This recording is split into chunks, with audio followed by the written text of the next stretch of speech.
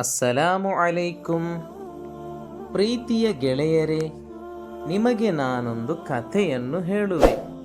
ಇದೇನು ಕಟ್ಟು ಕಥೆಯಲ್ಲ, ನಮ್ಮ ಪ್ರೀತಿಯ ಪ್ರವಾದಿ ಸಲ್ಲಲ್ಲಾಹು ಅಲೈಹಿ ವಸಲ್ಲಮರು ಹೇಳಿದ ಕಥೆ.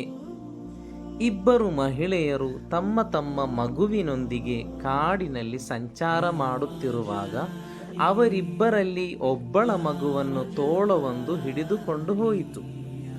ಆ ಸಂದರ್ಭದಲ್ಲಿ ಇನ್ನೊಬ್ಬಳ ಮಗುವಿನ ಹೆಸರಿನಲ್ಲಿ ಜಗಳ ಉಂಟಾಯಿತು. ಇದು ನನ್ನ ಮಗು, ತೋಳ ಹಿಡಿದದ್ದು ನಿನ್ನ ಮಗುವನ್ನು ಎಂದು ಇಬ್ಬರೂ ವಾದಿಸತೊಡಗಿದರು. ಕೊನೆಗೆ ಆ ಜಗಳ ಅಂದಿನ ರಾಜ ದಾವೂದ್ ನಬಿ ಅಲೈಹಿಸ್ಸಲಾಮರ ಬಳಿಗೆ ತಲುಪಿತು. ಒಬ್ಬ ಮಹಿಳೆ ಕಪ್ಪು ವರ್ಣದವಳು, ಮತ್ತೊಬ್ಬಳು ಬಿಳಿ ವರ್ಣದವಳಾಗಿದ್ದಳು. ಇಬ್ಬರ ಜಗಳವನ್ನು ಹೇಗೆ ಬಗೆಹರಿಸುವುದು ಎಂದು ರಾಜ ಚಿಂತಿತರಾದರು. ಇಬ್ಬರು ಸ್ತ್ರೀಯರು ಕೂಡ ಬಲವಾಗಿಯೇ ತಮ್ಮಯ ಅವಕಾಶವನ್ನು ಮಂಡಿಸುತ್ತಿದ್ದರು. ಆ ಸಂದರ್ಭದಲ್ಲಿ ಬುದ್ಧಿವಂತರಾದ ರಾಜಕುಮಾರ ಸುಲೈಮಾನ್ ನಬಿ ಅಲೈಹಿಸ್ಸಲಾಂ ಅಲ್ಲಿಗೆ ತಲುಪಿದರು. ಈ ವಿವಾದವನ್ನು ಹೇಗಾದರೂ ಬಗೆಹರಿಸುವಂತೆ ದಾವೂದ್ ನಬಿ ಅಲೈಹಿಸ್ಸಲಾಂ ಸುಲೈಮಾನ್ ನಬಿ ಅಲೈಹಿಸ್ಸಲಾಮರಿಗೆ ತಿಳಿಸಿದರು. ಇಬ್ಬರೂ ಒಂದೇ ವಾದ ಮಾಡುತ್ತಿರುವುದರಿಂದ ಮಗುವನ್ನು 2 ತುಂಡು ಮಾಡಿ ಇಬ್ಬರಿಗೂ ಹಂಚಿದರಾಯಿತು. ಇಬ್ಬರೂ ಒಂದೊಂದು ತುಂಡು ಮಗುವನ್ನೆತ್ತಿಕೊಂಡು ಹೋಗಲಿ ಎಂದು ಸುಲೈಮಾನ್ ನಬಿ ತೀರ್ಪು ನೀಡಿದರು.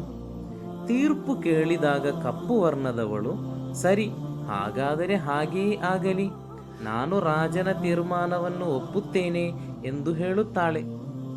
ಆದರೆ ಬಿಳಿ ವರ್ಣದವಳು, ಬೇಡ ಬೇಡ, ಮಗುವನ್ನು ಕೊಯ್ಯಬೇಡಿರಿ, ಅವಳಿಗೆ ಕೊಟ್ಟು ಬಿಡಿರಿ, ಎಲ್ಲಾದರೂ ಮಗು ಬದುಕುತ್ತಿರಲಿ ಎಂದು ತುಂಬಾ ನೋವಿನಿಂದ ಗೋಗರೆದಳು. ಬುದ್ಧಿವಂತರಾದ ಸುಲೈಮಾನ್ ನಬಿ ಅಲೈಹಿಸ್ಸಲಾಮರಿಗೆ ಮಗುವಿನ ನಿಜವಾದ ತಾಯಿ ಯಾರೆಂದು ಈಗ ಸ್ಪಷ್ಟವಾಯಿತು. ಕಪ್ಪು ವರ್ಣದವಳ ವರ್ಣದಂತೆ ಈಕೆಯ ಒಳಗೂ ಕಪ್ಪಡರಿದೆ. ಈಕೆ ಸುಳ್ಳು ಹೇಳಿದ್ದಕ್ಕಾಗಿ ಚಾಟಿ ಏಟು ನೀಡಿರಿ. ನಿಜವಾದ ತಾಯಿಗೆ ಮಾತ್ರ ಮಗುವಿನ ಜೀವ ಉಳಿಸುವುದು ಬೇಕಾಗುತ್ತದೆ. ಆದ್ದರಿಂದ ಮಗುವನ್ನು ಬದುಕುಳಿಯಲಿ ಎಂದವಳಿಗೇ ನೀಡಿರಿ ಎನ್ನುತ್ತಾ ಉತ್ತಮ ರೀತಿಯ ತೀರ್ಮಾನ ತೆಗೆದುಕೊಂಡರು.